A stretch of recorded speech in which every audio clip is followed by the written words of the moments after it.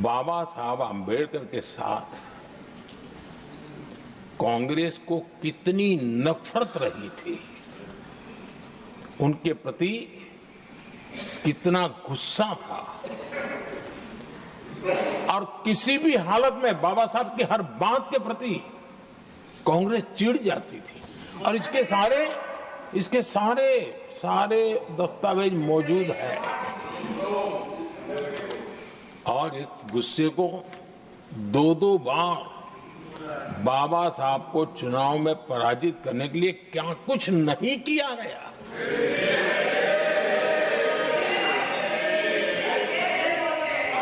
कभी भी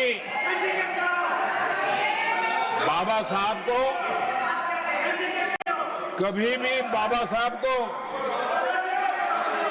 भारत रत्न के योग्य नहीं समझा गया। आदरणीय सभापति जी, कभी भी बाबा साहब को भारत रत्न योग्य नहीं समझा गया। इतना ही नहीं, आदरणीय सभापति जी, इस देश के लोगों ने बाबा साहब की भावना का आदर किया, सर्व समाज ने आदर किया। और तब आज मजबूरन कांग्रेस को जय भीम बोलना पड़ रहा है, उनका मुंह सूख जाता है।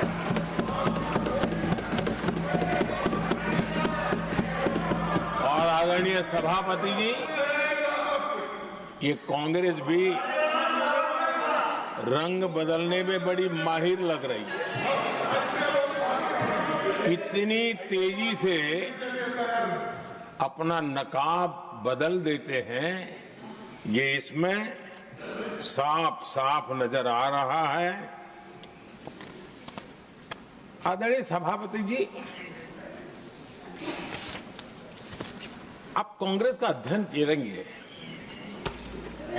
तो कांग्रेस की राजनीति,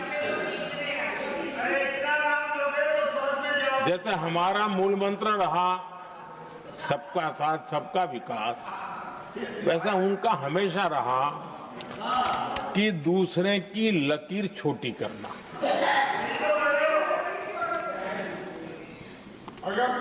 और इसके कारण उन्होंने सरकारों को अस्थिर किया। किसी भी राजनीतिक दल की सरकार कहीं बनी तो उसको अस्थिर कर दिया, क्योंकि लकीर छोटी करो दूसरे की, इसी काम में वो लगे रहे। और ये जो उन्होंने रास्ता चुना है ना, औरों की लकीर छोटी करने का, लोकसभा के बाद भी जो उनके साथ थे वो भी भाग रहे हैं, क्योंकि उनको पता चला गया ये तो हमें भी मार डालेंगे। और यही उनकी नीतियों का परिणाम है कि आज ये हाल हो गए हैं कांग्रेस के। देश की सबसे पुरानी पार्टी, आजादी के आंदोलन से जुड़ी पार्टी, इतनी दुर्दशा। ये औरों की लकीर छोटी करने में अपनी शक्ति खपा रहे हैं ना। अगर वो खुद की लकीर लंबी करते तो उनकी ये दशा नहीं होती।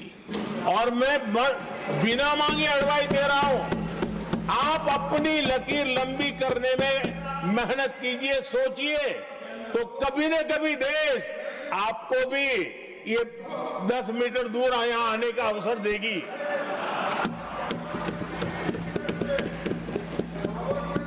आदरणीय सभापति जी, बाबा साहब ने